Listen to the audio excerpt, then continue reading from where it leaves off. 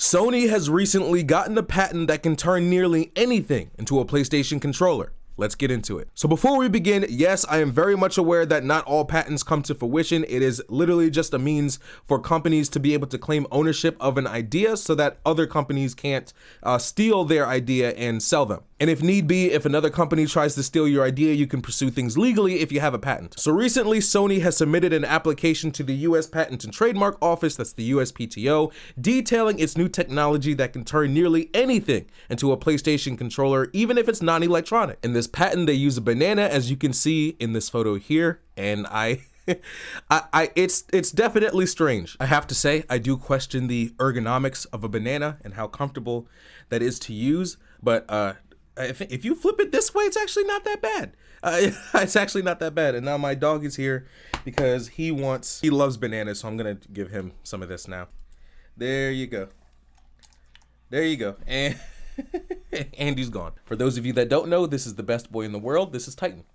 The way this technology apparently works is that a camera takes images of whatever object a user is holding and tracks inputs onto the surface. The item cannot be luminous, as that would presumably mess up the aforementioned tracking. Sony says that games be trained to recognize an object being used as a controller, or developers can configure their games to recognize certain items as gamepads. So I do have to say, I don't really view this as being very practical. This feels very gimmicky, and I imagine that users would only use this tech for maybe like 15 minutes before they get bored of it. Yo, I wonder if you could use your, let's say, nearly any object. Sony sees this as a means for people to play games without expensive and complicated controllers. It would be desirable if users could use an inexpensive, simple, and non-electronic device as a video game peripheral, the platform holder wrote. When reading this article, my mind drifts over to the fact that Sony recently had a class action lawsuit filed against them due to the fact that their joysticks are drifting and their adaptive triggers are breaking. Again, I'm not sure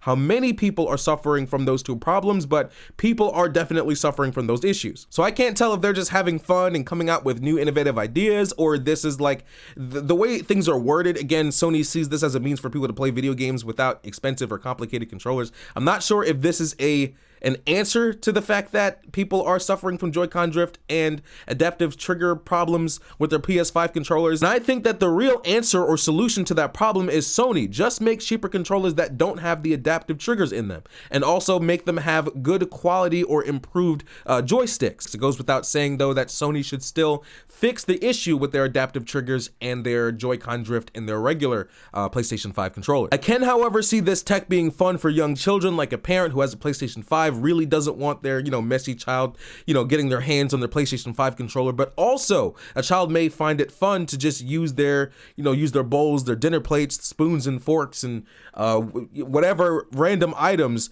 as a PlayStation controller. They may just find that very enjoyable, and they may have fun being able to play with their parent doing that. Let me know what you guys think about all this in the comment section. I personally feel as though this tech is impractical. I don't really see it being utilized that much, even if you were to have it. But maybe you guys have some ideas as to what this tech could be used for. I love you all. I'll see you in the next one. Take care. Hit the pause this whole episode for a second.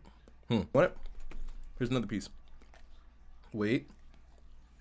All right, get it. Come on, get it. Good boy. You're such a good boy.